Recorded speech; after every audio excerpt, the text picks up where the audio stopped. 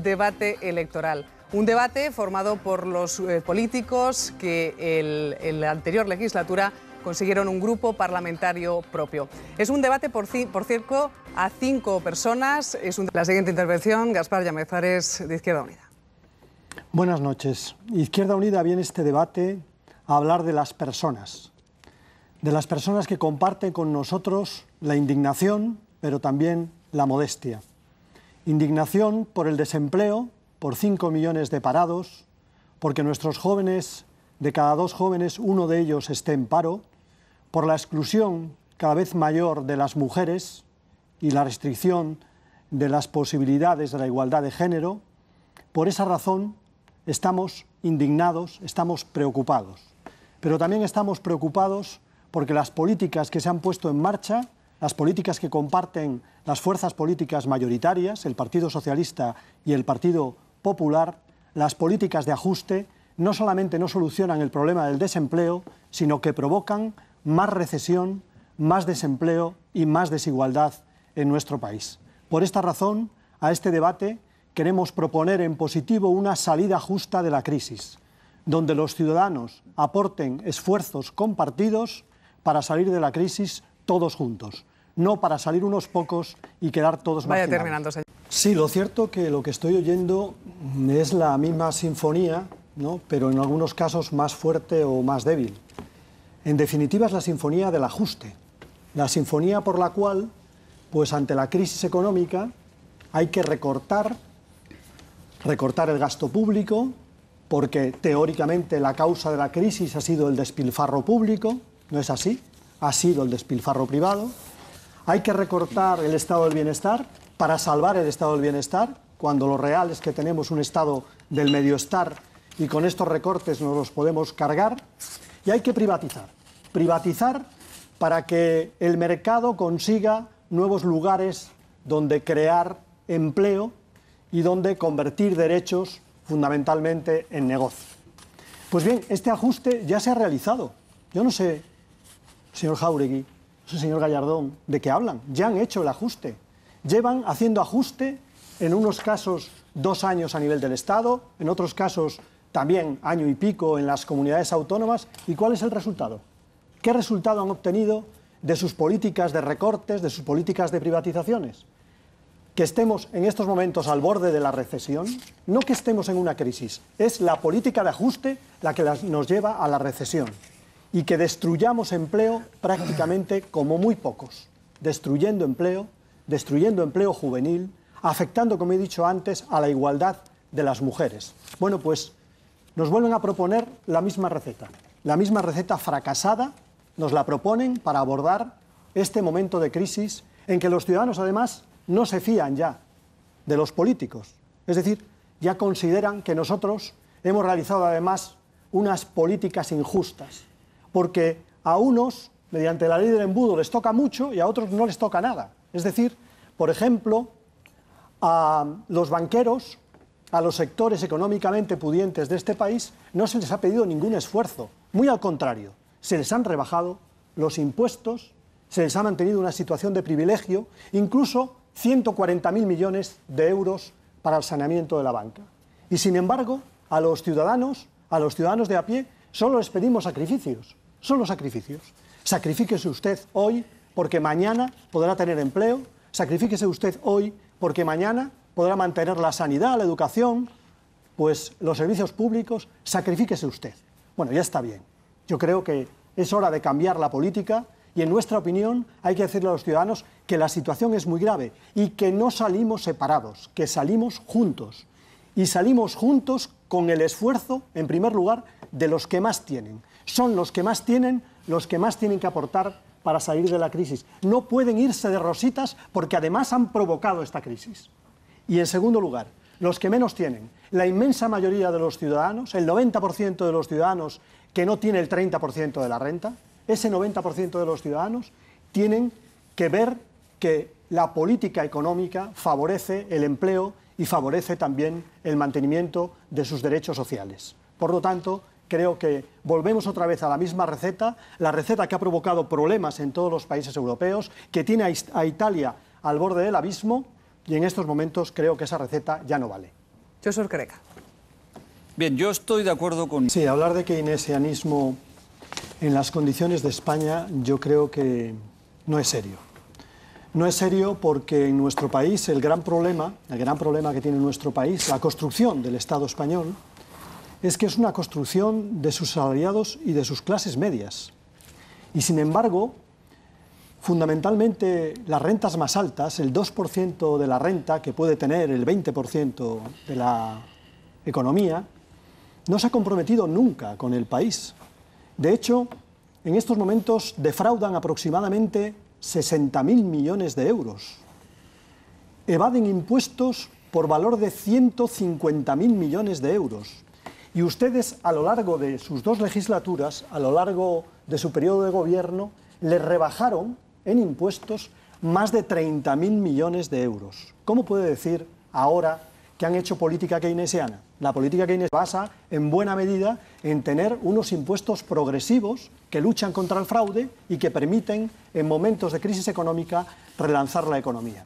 Y qué duda cabe, señor Gallardón, que yo no tengo ningún problema con la economía privada, ninguno, ni con que haya empresas extranjeras ni con empresas españolas. Pero en un momento de crisis como este, en esta crisis económica, o bien la iniciativa pública adopta propuestas de inversión ofensivas, importantes, o bien no seguimos recortando, por ejemplo, el gasto en inversión pública en el 50%, que está notándose ya en comunidades industriales como Euskadi o como Asturias, o bien no habrá recuperación económica.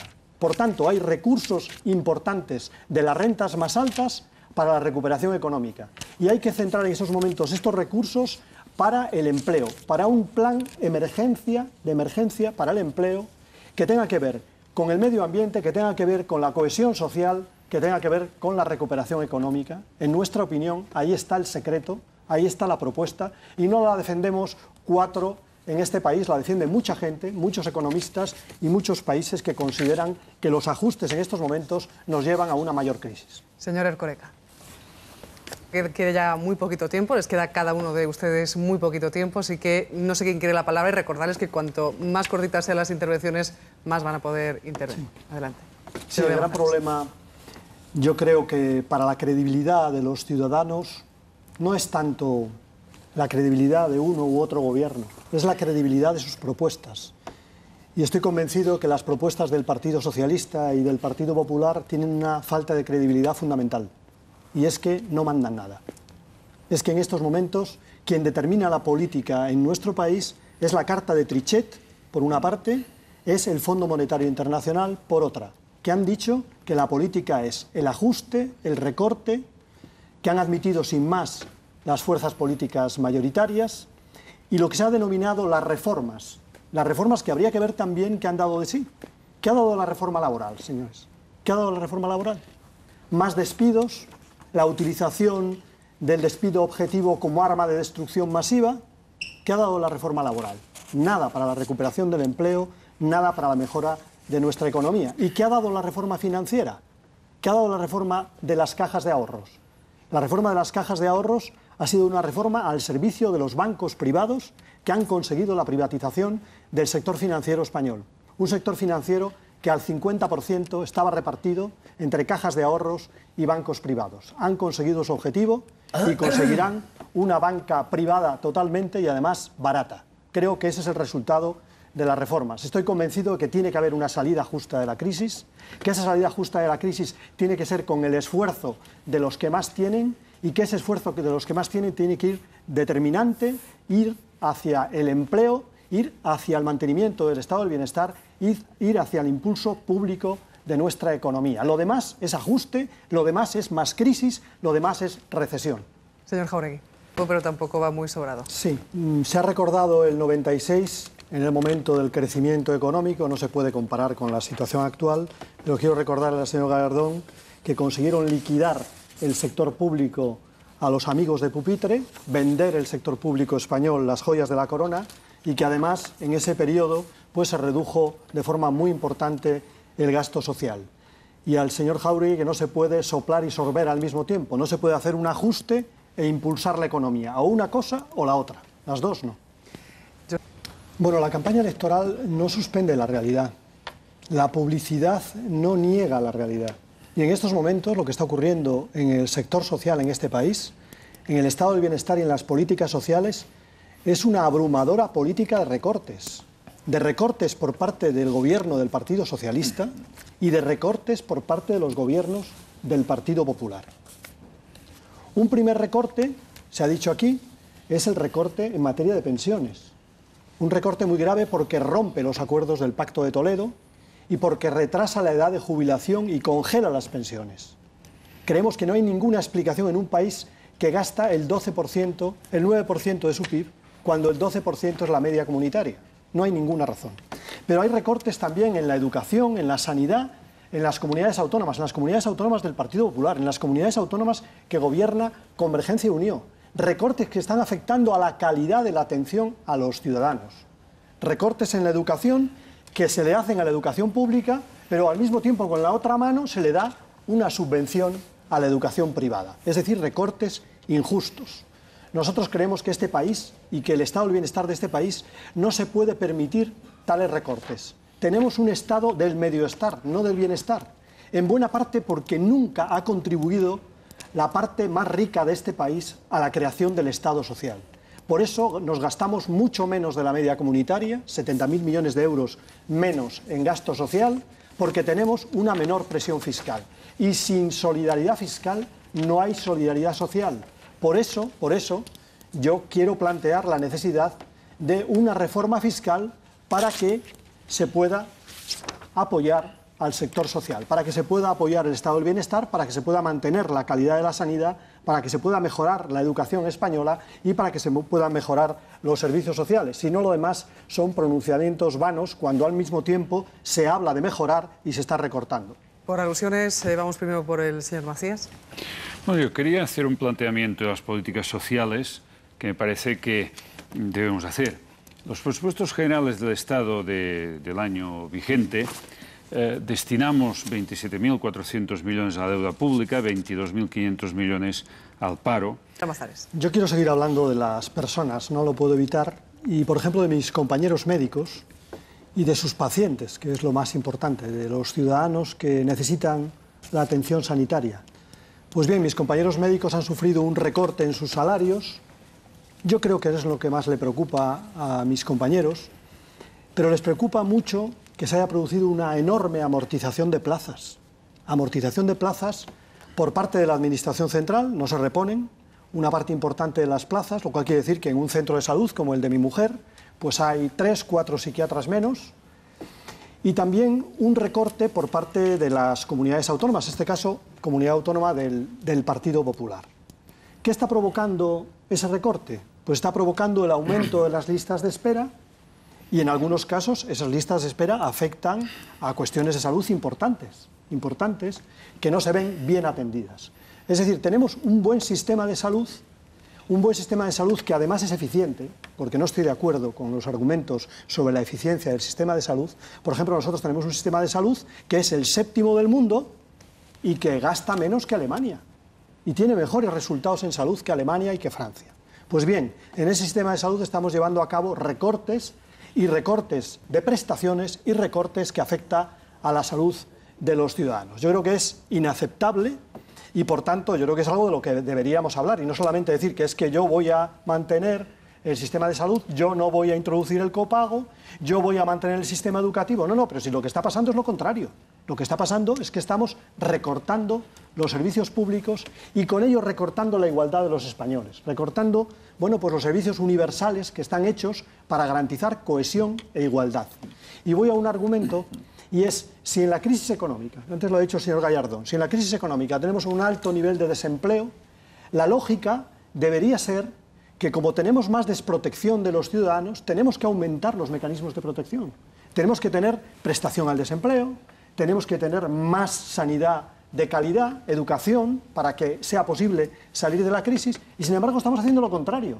Es decir, estamos recortando el estado del bienestar ante la crisis y, por tanto, haciendo más débiles a los débiles. Por ejemplo, el recorte educativo significa que hay menos profesores de apoyo en Madrid y menos profesores de apoyo en otras comunidades autónomas, y aquellas personas con más dificultades las estamos excluyendo. Pero eso sí, financiamos a la escuela privada que no necesita esa financiación adicional. Y lo mismo nos está ocurriendo en materia sanitaria, en que algunos tienen capacidad económica para tener un seguro privado y otros se ven en una situación de recorte sanitario. Creo que ahí es donde está la cuestión a la que tenemos que responder. Y por último, y en relación a las pensiones públicas, no me ha explicado, señor Jáuregui, cuál es la razón para que en España hayan retrasado la edad de jubilación. Si teníamos una edad de jubilación real más atrasada que el resto de los países europeos, si prácticamente teníamos 1 año y medio más de edad de jubilación que el resto de los países europeos. ¿Cuál es la razón? ¿Sabes cuál es la razón, Ramón? Que la Unión Europea ha puesto en el punto de mira al sistema público de pensiones y quiere convertir el sistema público de pensiones en un negocio, y que hay bancos y que hay entidades financieras que tienen ese mismo interés. Ese es el único problema, que nuestra sanidad pública, nuestra educación pública y nuestras pensiones están afectadas por la voracidad de los mercados y por su propio éxito. Señor Jáuregui, señora Mazares. Bueno, yo me felicito también del cese definitivo de la actividad armada de la organización terrorista ETA. Considero que es una conquista de la sociedad democrática en su conjunto, de los instrumentos que tiene el Estado de Derecho, la ley, la justicia, la policía y la política, también la política. Y creo que es un momento para reivindicar la política y la primacía de la política sobre cualquier otro mecanismo, y mucho menos sobre la violencia, ¿no? Quiero recordar también, como se ha hecho, a las víctimas del terrorismo y decir que merecen justicia, que merecen reparación, que merecen memoria, y que eso lo merecen todas las víctimas del terrorismo de ETA y las víctimas de todos los terrorismos, también del terrorismo de Estado, del terrorismo franquista, que provocó decenas de miles de víctimas que todavía pues, no han tenido ni justicia, ni memoria, ni reparación. Vaya también para todas esas víctimas mi recuerdo. Pero yo, enlazando con esta cuestión, recientemente en un meeting tuve también un encuentro con otra persona, en este caso Antonio, un viejo militante y luchador por la democracia. Y este ciudadano me dijo: Gaspar, ¿qué estáis haciendo con la democracia? Tenía mucha autoridad para decírmelo, porque fue un luchador que pagó con la cárcel. Y lo he pensado y creo que no nos podemos ir de aquí sin que hagamos una reflexión sobre 3 fundamentales. El primero de ellos es la corrupción política. No hay derecho a que, siendo como es generosa y honesta la actitud de la mayor parte de los políticos, unos políticos empañen nuestra imagen y sobre todo afecten a los intereses y la credibilidad de los ciudadanos. Creo que eso me parece de la mayor importancia. Destaco que en el debate A2 entre Partido Popular y Partido Socialista este tema no se tocó y me gustaría que se tocase. En segundo lugar, creo que tenemos también en nuestro país un problema que deberíamos abordar en este debate, y es la contaminación bipartidista de todos los órganos del Estado. Es decir, hemos pasado de un Estado de partidos o de una democracia de partidos a un Estado bipartidista, que contamina y que crea un conflicto bipolar en todas las instituciones del Estado. De tal manera que los ciudadanos ven al Tribunal Constitucional, al Consejo General del Poder Judicial, a prácticamente todos los órganos como órganos conflictivos y a veces sin demasiada credibilidad. Creo que ese tema me parece de la mayor importancia. Y en tercer lugar, recientemente, los dos partidos, Partido Socialista y Partido Popular, llegaron a un acuerdo para reformar la Constitución, decimos en asturiano, ahí va que te preste. Es decir, sin que haya prácticamente ninguna participación de los ciudadanos, sin someterla a referéndum y prácticamente sin que los parlamentarios nos enterásemos. Pues apenas 2 semanas. Creo que es escandaloso y que requiere también una reflexión a fondo sobre la democracia española, sobre la participación de los parlamentarios y sobre, por ejemplo, la representatividad de nuestro sistema electoral, que deja en la marginación a una parte de las fuerzas políticas, y a nuestra fuerza política en muchos lugares la sitúa en la clandestinidad. Pero Masías. Bueno, en primer lugar... No sé si quiere algún pequeño matiz del señor Gallardón o voy directamente al Prefiero señor esperar al Llamazares. turno final. Perfecto. Señor Llamazares. Bueno, yo creo que vivimos una crisis muy profunda de credibilidad de la democracia y debería preocuparnos, sobre todo en los ciudadanos que piensan que somos más intermediarios de los mercados que representantes suyos, ¿no? Y eso afecta no solamente a los diputados, al gobierno central, sino que afecta también a las comunidades autónomas, a los municipios, y deberíamos enfrentarnos a esa crisis de legitimidad que podemos decir mediante medidas y medidas claras para recuperar nuestra credibilidad. En ese sentido, desde un autonomismo y un federalismo también convencido, quiero reivindicar el papel de los municipios, a los que habíamos prometido durante la legislatura una ley de gobiernos locales que olvidamos y una ley de financiación local que también olvidamos, y ahora estamos viendo las dificultades enormes de los municipios ante la crisis económica. Pero he querido hacer hincapié en la corrupción porque creo que es un tema de la mayor importancia que afecta incluso hoy a altas instancias del Estado. Y creo que es un tema en el que no vale únicamente decir que hay que ser más transparentes, que probablemente haya que incrementar las penas del Código Penal, sino que hay que adoptar otro tipo de medidas. Por ejemplo, que los partidos seamos responsables subsidiarios del control de nuestros cargos, de los cargos que traicionan a los ciudadanos y traicionan también a nuestro propio partido, ¿no? Creo que son cuestiones que deberíamos reflexionar. Con respecto al sistema electoral, a mí me llama la atención que ahora algunos propongan la reforma del sistema electoral, cuando a lo largo de la reforma de la legislatura anterior, pues han convertido nuestro sistema electoral en un sistema electoral más blindado, menos proporcional, un sistema electoral con listas más cerradas. Yo creo que eso disuade a los ciudadanos de la participación política y creo que estamos emplazados a reformar el sistema electoral para favorecer la participación, para favorecer la pluralidad y para evitar que yo necesite meter 8 goles y ustedes metan 1 y ya tengan un diputado. Y, por otra parte, también para favorecer mecanismos de participación directa que a mí me parecen imprescindibles. Pero quería terminar refiriéndome al bipartidismo. Bipartidismo que es, en el fondo, el problema del Tribunal Constitucional, el problema del Consejo General del Poder Judicial, el problema del Tribunal de Cuentas, el problema del Defensor del Pueblo. Un bipartidismo que se ha convertido en bipolarización y en reparto. Y yo creo que eso hay que modificarlo. Modificarlo a través del sistema electoral, modificarlo legalmente con firmeza. Señor Erkoreka. Sí, es una potencia económica de Estados Unidos. Se le acabó el tiempo. Y al señor Llamazares le queda prácticamente una frase. Tiempo para una frase. La única frase es la lucha contra la corrupción, evidentemente, y no volver la cara. Te aseguro, señor Gallardón, que ahora no me va a decir que no. Están todos a cero menos usted. Turno de Gaspar Llamazares, Izquierda Unida. Gracias. Izquierda Unida somos como tú. Como tú estamos preocupados y estamos indignados por esta crisis económica y por las políticas de ajuste. Como tú sabemos que esta crisis no es solamente una crisis económica, es una crisis política y una crisis ética. Pero como tú, no queremos desesperar, no queremos irnos a la abstención. Como tú, tampoco queremos resignarnos, no queremos votar lo de siempre o peor que lo de siempre.